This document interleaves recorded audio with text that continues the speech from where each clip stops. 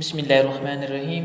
अस्सलाम वालेकुम दोस्तों, आज से मैंने इंग्लिश लर्निंग और राइटिंग के लिए लेसन का आगाज़ किया है कि हम इंग्लिश किस तरह लिख सकते हैं और किस तरह पढ़ सकते हैं।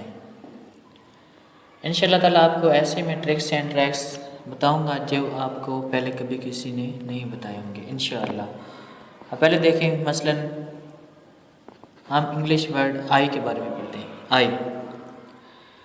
आई अगर दो वर्ड्स के दरमियान में आए, दो वर्ड्स कह रहा हूँ, दो लेटर्स के दरमियान में आए तो ये ज़ेर की आवाज़ देगा। जैसे देख लो, ये एस, ये आई और फिर आगे एम है। अब ये देखो, अब यहाँ पर एस देखें, एस सीन की आवाज़ देता है।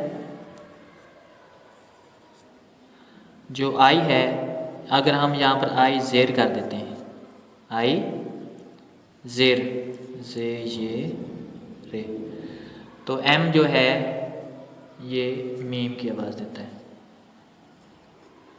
तो उर्दू में हम कैसे करेंगे? सीन ज़ेर मीम सिम, सीन ज़ेर मीम सिम। इसी तरह हम बहुत से लफ्ज़ इस अंदाज से बना सकते हैं, जिस तरह FIT फिट है, FIT फिट, F ए की आवाज़ देता है, आई ज़ेर और टी टे, फे ज़ेर टे फिट। इस तरह देखो, MIN मिन, एम मीम आई ज़ेर एन नून, मीम ज़ेर नून मिन, मीम ज़ेर नून मिन। इस तरह इस अंदाज से आप कई लफ्ज़ बता सकते हैं। जैसे BIT बिट है, फे ज़ेर नून FIN fin, RIM rim, KIT kit, KIT kit, के काफ आई ज़ेर टी टे, काफ ज़ेर टे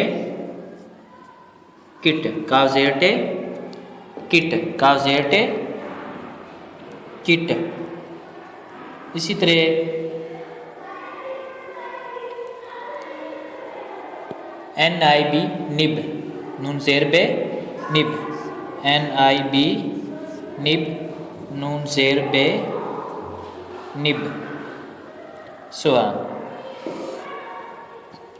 इस तरह की आपको इंफॉर्मेटिव आज ये